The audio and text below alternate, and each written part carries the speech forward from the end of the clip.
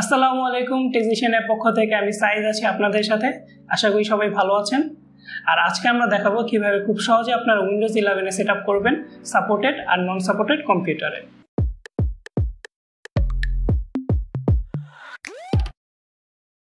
আপনারা হয়তো জেনে গিয়েছেন যে উইন্ডোজ 11 এর বেটা ভার্সন রিলিজ হয়ে গেছে।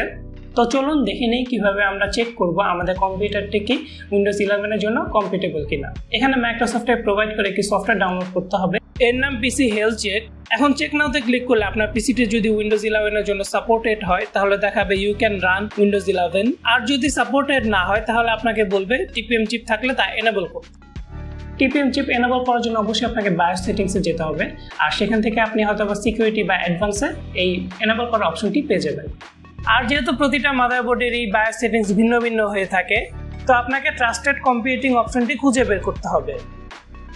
আপনাকে হয়তো আরও একটি সেটিং এনেবল করতে হতে পারে, তা হচ্ছে সিকিউর বুট। এটিও আপনি বায়োসে পেয়ে যাবেন।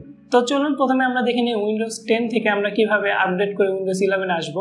এর জন্য আপনাকে আপনার কম্পিউটারে মাইক্রোসফট অ্যাকাউন্টটি কানেক্ট করতে হবে। তারপর আপনি উইন্ডোজ 10 এর সেটিংসে গিয়ে আপডেট এন্ড সিকিউরিটিতে যাবেন। তারপর ইনসাইডের প্রোগ্রামে যাবেন। এখন গেট স্টার্টে ক্লিক করে আপনাকে ইনসাইডার প্রোগ্রামে আপনার অ্যাকাউন্টটি অ্যাড করতে হবে।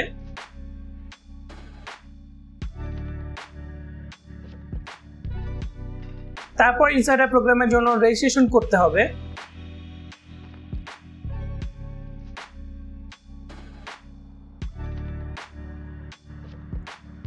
তারপর আপনি ওখানে গিয়ে ডেভ বা বেটা চ্যানেল সিলেক্ট করতে পারবেন। আর যেহেতু ডেভ ভার্সনের তুলনায় বেটা ভার্সনটা বেশি স্টেবল হয়, তো আপনি এখান থেকে বেটা ভার্সনটি সিলেক্ট করুন। তারপর আপনি আপনার কম্পিউটারটি রিস্টার্ট দিন। তারপর আপনি আপনার সেটিংসে গিয়ে আপডেট অ্যান্ড সিকিউরিটিসে গিয়ে আপডেট চেক করলে দেখবেন যে উইন্ডোজ 11 এর আপডেট শুরু হচ্ছে।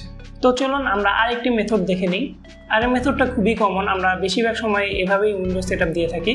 তা হচ্ছে আইএসও ফাইল ডাউনলোড করে তা ইউএসবিতে বার্ন করে। যেহেতু উইন্ডোজ 11 এর আইএসও ফাইলটি এখন আমরা অফিসিয়ালি ডাউনলোড করতে পারবো না, আমরা এখানে থার্ড পার্টি একটি ওয়েবসাইট থেকে ডাউনলোড করব।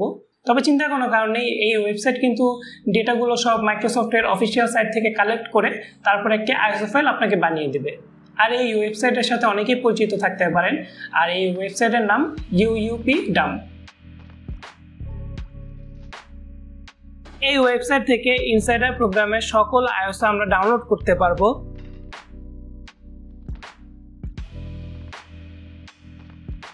আমরা 11 এর ইনসাইডার প্রিভিউ লেটেস্ট ভার্সনটা সিলেক্ট করব।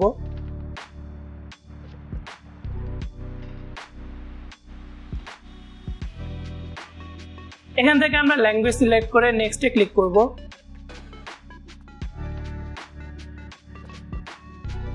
তারপর পছন্দ মতো এডিশন সিলেক্ট করে নেক্সটে ক্লিক করব।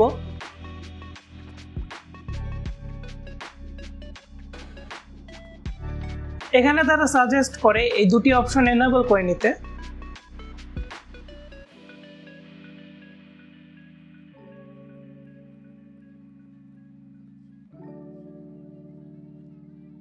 এখন ক্রিয়েট ডাউনলোডে ক্লিক করলে দেখবে কি ছোট ফাইল ডাউনলোড হবে।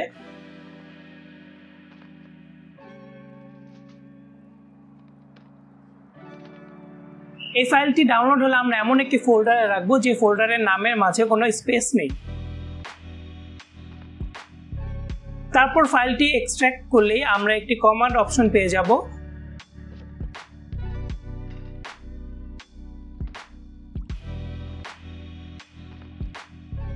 এখানে ডাবল ক্লিক করার সাথে সাথে তারা মাইক্রোসফটের অফিসিয়াল সাইট থেকে ডেটাগুলো কালেক্ট করে একটি আইএসও ফাইল বানিয়ে দেবে।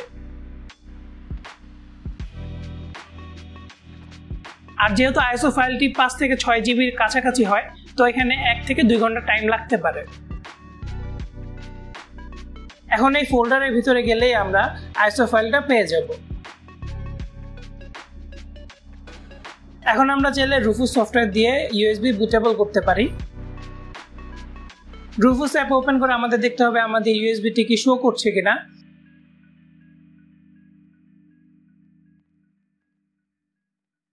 যদি সব ঠিকঠাক থাকে তাহলে আপনি আইএসও ফাইলটা সিলেক্ট করে স্টার্টে ক্লিক করলে প্রসেস শুরু হবে।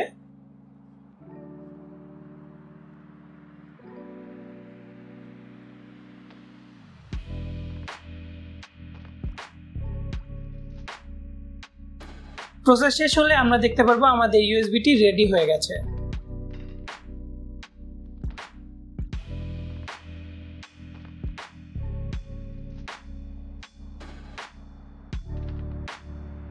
এখন ইউএসবিটি কানেক্ট করে আমরা বুট মেনু থেকে আমাদের ইউএসবিটি সিলেক্ট করব।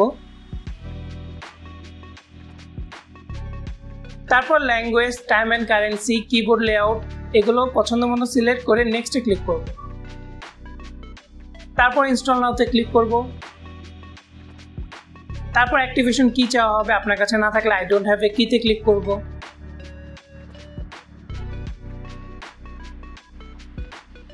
তারপর পছন্দ মতো উইন্ডোজ এডিশন সিলেক্ট করে নেক্সটে ক্লিক করব।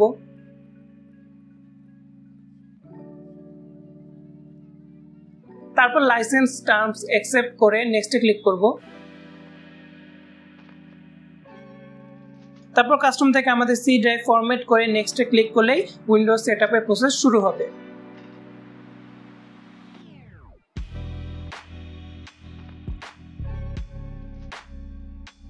সেটআপ প্রসেস শেষ হলে আপনাকে নতুন অ্যানিমেশনের সাথে বিভিন্ন সেটিংস দেখাবে।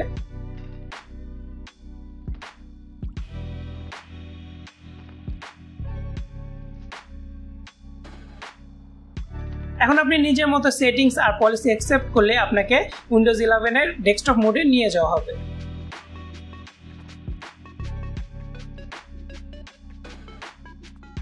আর যদি দেখেন আপনার কম্পিউটারে টিপিএম চিপটিই নেই, তাহলে আপনি কি করবেন? সেক্ষেত্রে আপনি কিন্তু কয়েকটি মেথডই ফলো করতে পারেন। তো আমরা দুটি মেথড দেখাবো যা আমার কাছে মনে হয়েছে এটি সেফ। আর এর জন্য আপনার প্রয়োজন হবে উইন্ডোজ 10 এর আইএসও ফাইল। আমরা উইন্ডোজ 10 এর আইএসও ফাইলটা এক্সট্রাক্ট করব, তারপর সোর্স ফোল্ডারে ঢুকবো। একইভাবে উইন্ডোজ 11 এর ইউএসবি থেকে সোর্স ফোল্ডারে ঢুকবো। তারপর উইন্ডোজ 10 এর এই ডিএলএল ফাইলটা কপি করে উইন্ডোজ 11 এর সোর্স ফোল্ডারে পেস্ট করে দেব। এর ফলে যা হবে, উইন্ডোজ 11 ইনস্টল দেওয়ার সময় আপনার টিপিএম আছে কিনা তা চেক করা থেকে এটি স্কিপ করে দেবে।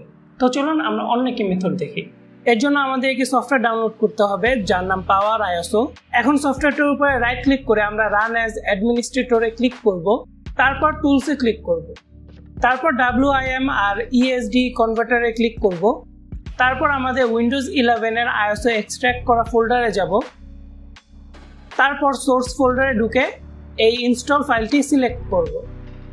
তারপর কনভার্টে ক্লিক করলে কনভার্ট প্রসেস শুরু হবে। কনভার্ট হতে একটু টাইম লাগবে যেহেতু এখানে 16টা ফাইল আছে। কনভার্ট শেষ হলে আমরা এই ফাইলটি কপি করে উইন্ডোজ 10 এর USB সোর্স ফোল্ডারে পেস্ট করে দেব।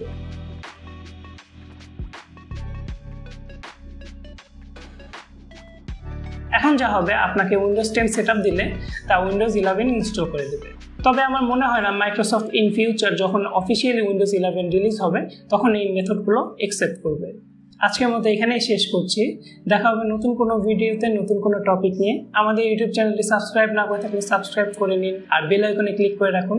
আর ডেসক্রিপশনে থাকা লিঙ্ক থেকে আমাদের ফেসবুক গ্রুপে অ্যাড হয়ে যান আর আমাদের পেজে লাইক দিয়ে আসুন। সে পর্যন্ত সবাই ভালো থাকবেন, সুস্থ থাকবেন, অবশ্যই সাবধানতা মেনে চলবেন। ধন্যবাদ সবাইকে। আসসালামু আলাইকুম।